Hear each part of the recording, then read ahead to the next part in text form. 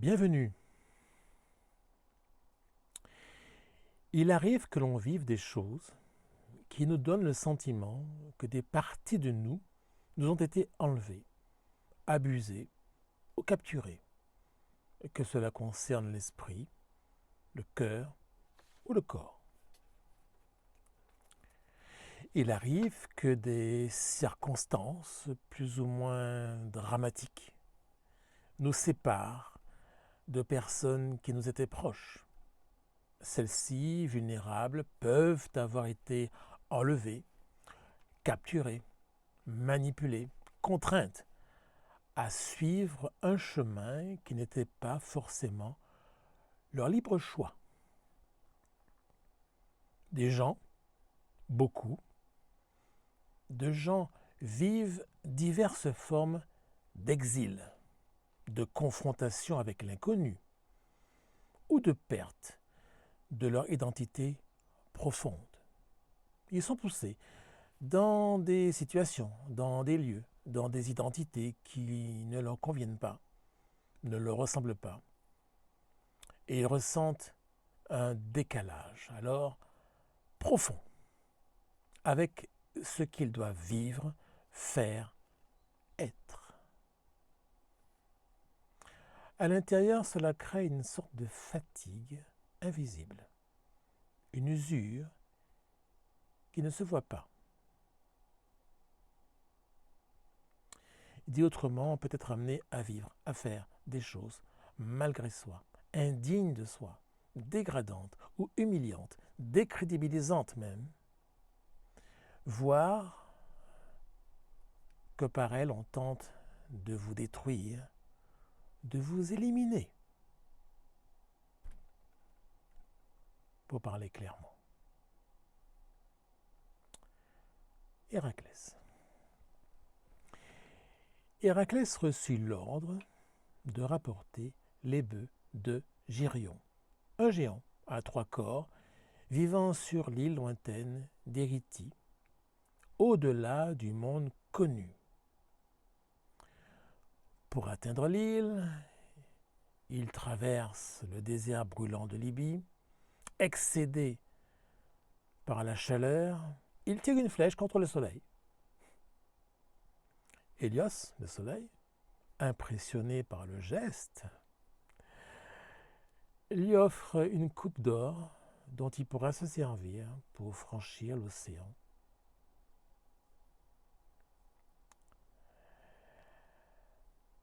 Arrivé à l'île d'Érythie, il tua le chien à 2 têtes Orthos, puis le bouvier Érythion, autre chien gardien.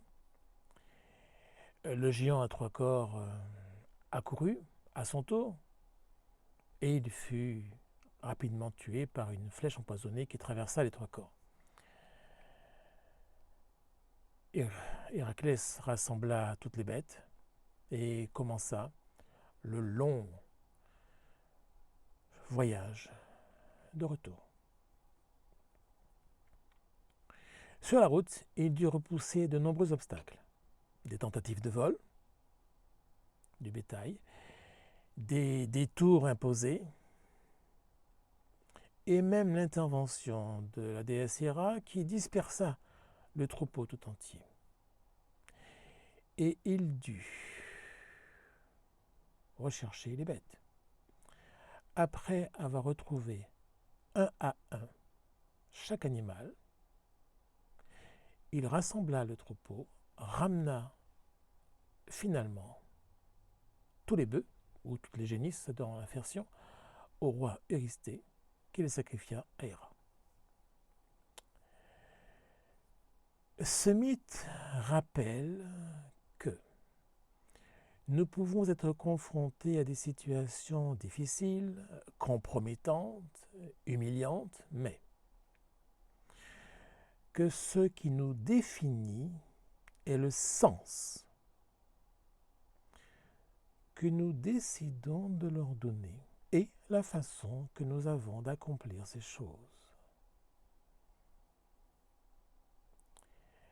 Il dit aussi qu'il est exigeant de discerner qui traiter avec fermeté et qui, coûte que coûte,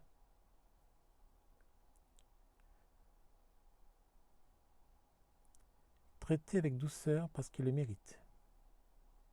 Compréhension, patience et respect. Quelquefois, nous avons à défier la fatalité pour trouver les moyens d'affronter l'inconnu.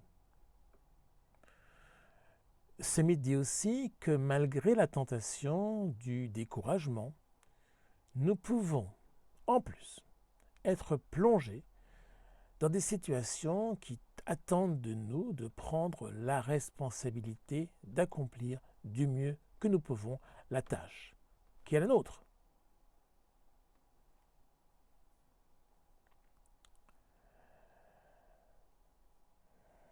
Il invite à la constance,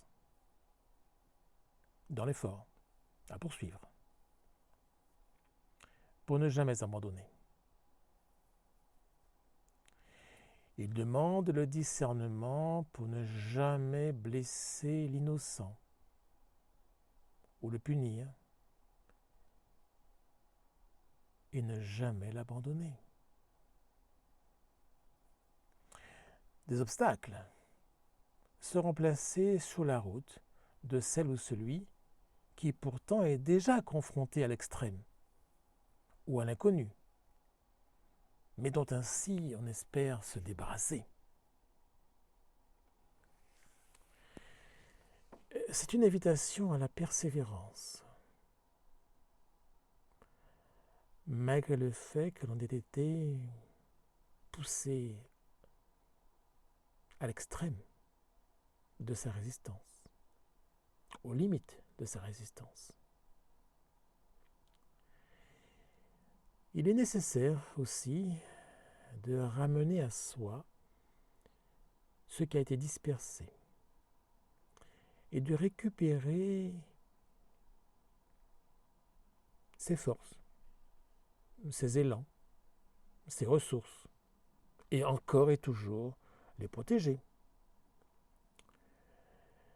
Ce n'est pas un combat contre soi. C'est un combat contre ceux qui a pris possession de ce qui était à soi. Enfin,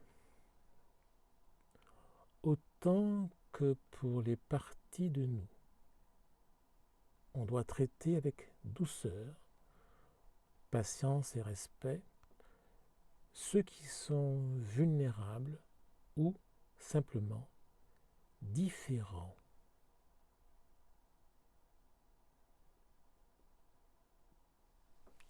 Et qui ont le droit d'avoir leur vie. C'est peut-être la meilleure manière, au-delà des humiliations imposées et des sabotages de toutes sortes,